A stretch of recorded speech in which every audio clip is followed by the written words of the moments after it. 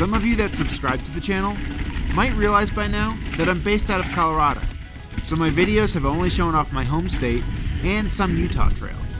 And this doesn't look like either of those states. That's right, cause it's not. I can't believe this is a blue trail. The wife and I hit the road this summer, and finally, for the first time ever, got to feel that Pacific Northwest loam under our tires. It lived up to the hype. So, for the next few weeks, I'll be putting out some videos, kinda taking you along on our journey west from Colorado. Oh my goodness. The trip blew away our expectations, and our first stop to Post Canyon in Hood, Oregon was no exception.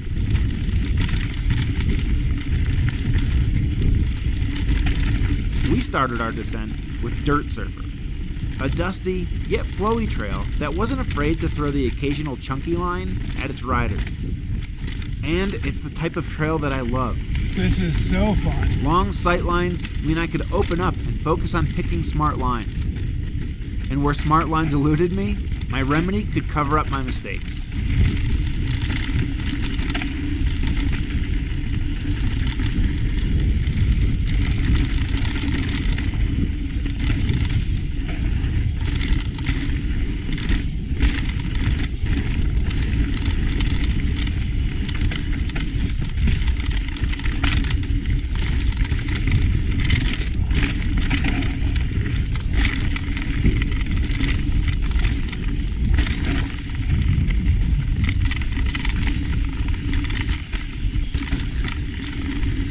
Dirt Surfer was only the first descent on this long, hot day.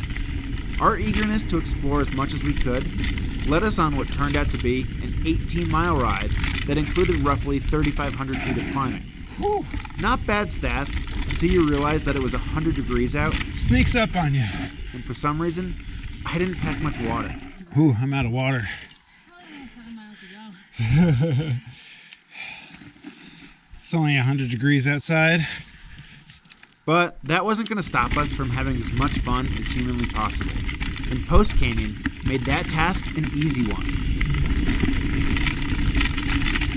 As we continued downhill, I started getting a better sense for the treat we were in for on our journey through the Pacific Northwest. It felt like this trail system was made for mountain bikers. You might shrug that comment off, but seriously, think about this. Lots of our trails in Colorado are built to appease everyone. Bikers, yes, but also hikers and horses. Sometimes this means a biker's needs take a back seat, meaning we don't always get awesome features like these jumps built into the trail. That looked really fun, but I think I probably would have clipped that log pretty bad. Even if I'm not hitting it on this run, I have the option to. I'll take this quick moment to say that this series will be full of moments like that, where I bypass the obviously sick feature on the trail. I honestly don't know how most YouTubers do it. You know, show up to a trail and absolutely shred it without ever having seen it. When I roll up to a blind feature, like the horizon lines on Hidden Trail, I definitely pucker. Not knowing what's on the other side is scary, and this trail was steeper than it looks. So of course, I loved it.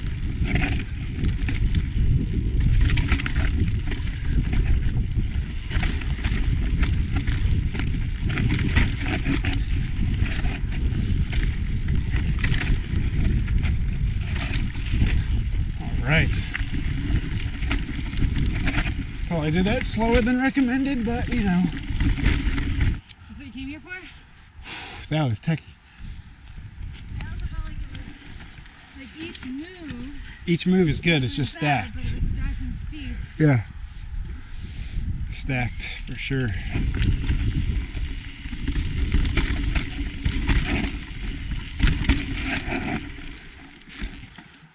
Oh my goodness.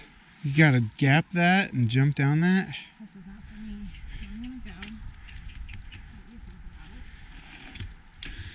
I'm gonna not do that.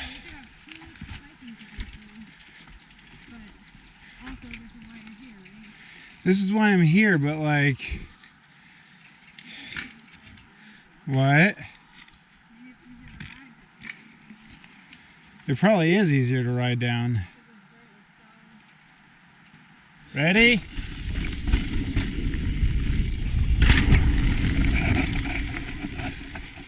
Yeah, I did not go big, but it was definitely easier than walk. Like watching you walk it, I was like, oh, I don't really want to do that. I'm a big believer in the concept of pre-ride, re-ride, free ride.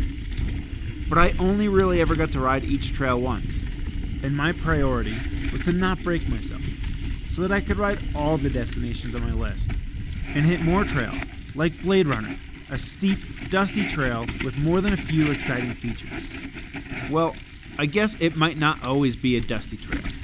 I hear that when the rains come in the spring and the fall, this dirt gets primo.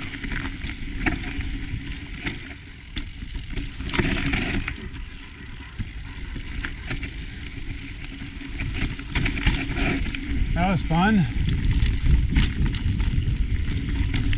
I'd like to think that I would have been a little more eager to send this trail a little faster and tackle some of these features if I'd had more traction control. Nope. Not a bad drop, but I'm not good at these 90-degree turns like that. So the berms are really nice though. But with the trails being as dusty as they were, and me being as dusty as I am, I made the decision to play this first ride on the safe side. But man, was it difficult to pass on that wooden drop. Maybe next time. This was a dumb idea. Wasn't that bad. It's very hot. It's very hot.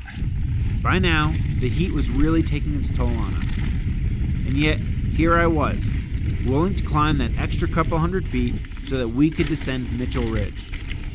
And man, was it worth it. Even though the heat has been drying this dirt out all summer, the packed soil made for a super tacky ride. Oh yeah, look at this.